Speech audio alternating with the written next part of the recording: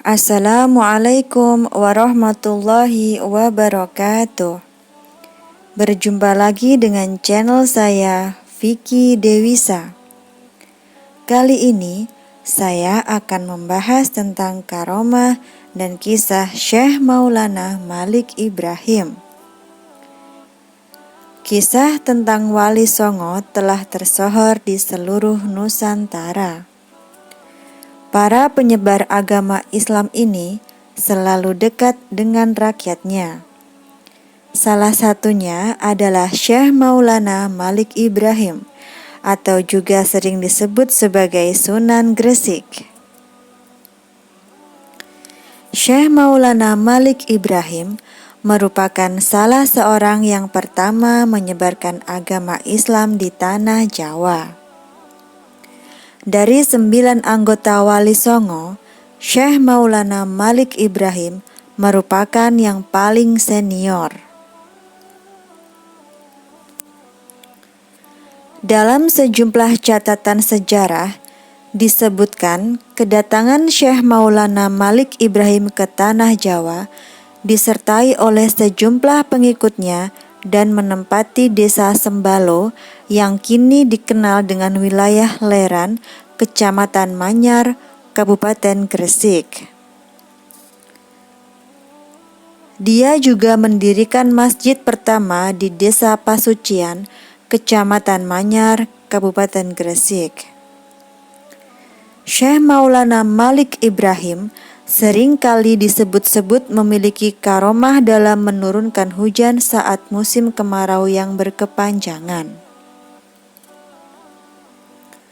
Kisah karomah Syekh Maulana Malik Ibrahim tersebut diawali saat dia mengembara dan bertemu dengan sekelompok orang yang tengah mengadakan upacara pengorbanan seorang gadis di atas bukit untuk meminta hujan. Dalam upacara itu, sang dukun telah siap menghujamkan sebilah pisau ke dada gadis cantik yang akan dijadikan persembahan bagi dewa hujan. Wanita itu adalah gadis ketiga yang dipersembahkan ke dewa hujan. Setelah 2 korban sebelumnya dipersembahkan namun tidak juga membuat hujan turun dari langit. Melihat hal itu, dari kejauhan, Syekh Maulana Malik Ibrahim berteriak lantang mencegah praktik persembahan manusia tersebut. Tetapi ujung pisau telah sampai ke dada si gadis malang itu. Namun, keajaiban pun terjadi. Pisau itu tak mampu menembus dada gadis tersebut. Dukun itu merasa ada kekuatan gaib yang menghadang tenaganya menekan pisau ke dada gadis cantik itu. Sampai kemudian dukun itu terlempar jauh. Kemudian Syekh Maulana Malik Ibrahim mendekat. Dengan rasa marah, dukun itu menanyakan kenapa Syekh Maulana Malik Ibrahim menghalangi pelaksanaan upacara persembahan manusia itu. "Sudah berapa gadis yang kau korbankan?" tanya Syekh Maulana Malik Ibrahim. "2," jawab dukun tersebut. "Apakah setelah 2 nyawa itu melayang, hujan akan turun?" tanya Syekh Maulana Malik Ibrahim lagi. Lalu dukun itu terdiam. Memang setelah 2 persembahan lalu, dewa hujan belum juga bermurah hati menurunkan airnya.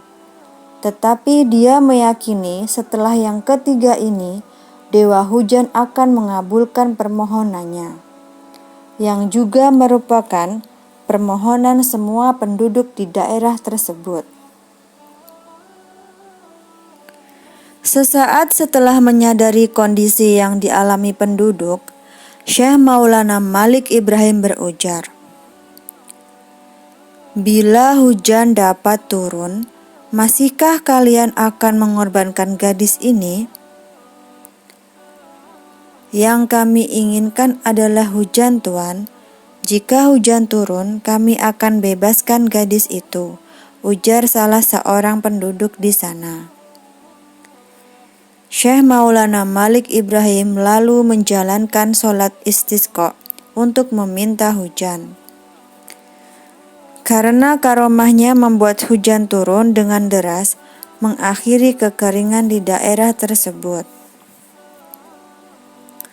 Orang-orang yang menyaksikan itu menjadi takjub dan tak kepalang gembiranya. Mereka serentak bersujud seperti menyadari bahwa Syekh Maulana Malik Ibrahim adalah seorang dewa. Tetapi Syekh Maulana Malik Ibrahim segera mencegah dan menyuruh mereka bangkit. Dengan lembut dia menjelaskan semua adalah berkat keagungan Allah Subhanahu wa Ta'ala, Tuhan yang sebenarnya. Dengan takjub dan mendapat pencerahan dari sebuah tanda kebesaran Allah yang baru lewat tadi, orang-orang itu menyatakan ketertarikannya untuk masuk Islam. Mereka ingin memeluk Islam dan belajar mengenai ajarannya. Lalu orang-orang tersebut diajarkan mengucap 2 kalimat syahadat dan masuk agama Islam. Selain mampu menurunkan hujan, Syekh Maulana Malik Ibrahim juga memiliki karomah lainnya, yaitu dapat mengubah beras menjadi pasir. Konon, dalam perjalanan dakwah ke sebuah dusun yang diberkahi dengan tanah subur, Syekh Maulana Malik Ibrahim bersama seorang muridnya singgah di sebuah rumah. Rumah itu milik saudagar kaya. Menurut desas-desus pemilik rumah itu amat kikir. Padahal sudah memiliki rumah yang berisi berton-ton beras. Halaman rumahnya pun sangat luas. Di sana tersusun berkarung-karung beras hasil pertanian. Rupanya, Syekh Maulana Malik Ibrahim ingin menemui si empunya rumah dan menasihati agar meninggalkan sifat fakir dan kikir itu. Saudagar gaya tersebut menerima dengan ramah kunjungan Syekh Maulana Malik Ibrahim. Dihidangkanlah jamuan yang baik bagi Syekh Maulana Malik Ibrahim. Namun sesaat berselang, datanglah seorang pengemis, perempuan tua ke hadapan orang kaya itu.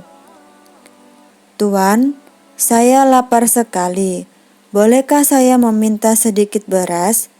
ujar perempuan itu sambil melirik ke karung beras yang berada di halaman. "Mana beras? Saya tidak punya beras. Karung-karung itu bukan beras, tapi pasir," ujar seorang saudagar kaya itu. Lalu pengemis tua itu tertampak tertunduk dan sedih. Dia pun beranjak pergi dengan langkah kecewa. Kejadian itu disaksikan langsung oleh Syekh Maulana Malik Ibrahim. Ternyata apa yang digunjingkan oleh tentang muridnya itu adalah benar adanya. Lalu Syekh Maulana Malik Ibrahim bergumam dalam hati dan dia pun berdoa. Pembicaraan yang sempat tertunda dilanjutkan kembali. Tiba-tiba, ramah tamah antara murid dan guru itu terhenti dengan teriakan salah seorang pembantu orang kaya itu. "Celaka, Tuan, celaka! Saya tadi melihat beras kita sudah berubah menjadi pasir. Saya periksa karung lain, isinya pasir juga. Ternyata, Tuan, semua beras yang di sini telah berubah menjadi pasir," kata pembantu itu dengan suara bergetar melaporkan. Orang kaya itu terkejut. Segera dia Segera dia beranjak dari duduknya. Dihampirinya beras-beras yang merupakan harta kekayaannya itu. Ternyata benar, beras itu telah berubah menjadi pasir. Seketika tubuh orang kaya itu lemas. Dia pun bersimpuh menangis. Syekh Maulana Malik Ibrahim lalu menghampirinya. "Bukankah engkau sendiri yang mengatakan bahwa beras yang kau miliki itu adalah pasir? Lalu kenapa kini kau menangis?" Syekh Maulana Malik Ibrahim menyindir muridnya yang kikir itu. "Maafkan saya Sunan, saya mengaku salah." Murid itu beratap bersimpuh di kaki Syekh Maulana Malik Ibrahim. Syekh Maulana Malik Ibrahim pun tersenyum. "Alamatkan maafmu kepada Allah dan pengemis tadi. Kepada merekalah permintaan maafmu seharusnya kau lakukan," ujar Syekh Maulana Malik Ibrahim. Penyesalan yang dalam langsung menyergap orang kaya itu. Dalam hati ia mengutuk dirinya sendiri yang telah berbuat kezaliman. Kepada Syekh Maulana Malik Ibrahim, dia berjanji akan mengubah semua perbuatannya. Dia mohon juga agar berasnya bisa kembali lagi seperti semula. Kekikirannya ingin dia buang jauh-jauh dan menggantinya dengan kedermawanan. Syekh Maulana Malik Ibrahim kembali berdoa, dan dengan izin Allah, beras yang telah berubah menjadi pasir itu menjadi beras kembali, karena kekuatan yang berasal dari Allah memungkinkan kejadian itu. Orang kaya tersebut tidak membohongi lisannya. Dia berubah menjadi dermawan. Tak pernah lagi dia menolak pengemis yang datang. Bahkan, dia mendirikan musola dan majelis, pengajian serta tempat lainnya. Menurut beberapa literatur yang ada, Syekh Maulana Malik Ibrahim sangat ahli dalam pertanian, pengobatan, dan tata negara. Syekh Maulana Malik Ibrahim juga sempat melakukan perjalanan ke ibu kota Majapahit di Trowulan. Meskipun tidak masuk Islam, Raja Majapahit tetap menerima Syekh Maulana Malik Ibrahim dengan baik. Bahkan, memberikannya sebidang tanah di pinggiran Gresik. Wilayah itulah yang sekarang dikenal dengan nama Desa Gapura. Cerita rakyat tersebut diduga mengandung unsur-unsur kebenaran, mengingat menurut Groeneveld, pada saat Maulana Malik Ibrahim hidup, di ibu kota Majapahit telah banyak orang asing termasuk dari Asia Barat. Demikianlah sepenggal kisah dan karomah dari Syekh Maulana Malik Ibrahim atau yang biasa dikenal sebagai Sunan Gresik. Terima kasih telah mendengarkan dan menonton channel ini. Semoga channel ini dapat memberikan manfaat. Assalamualaikum warahmatullahi wabarakatuh.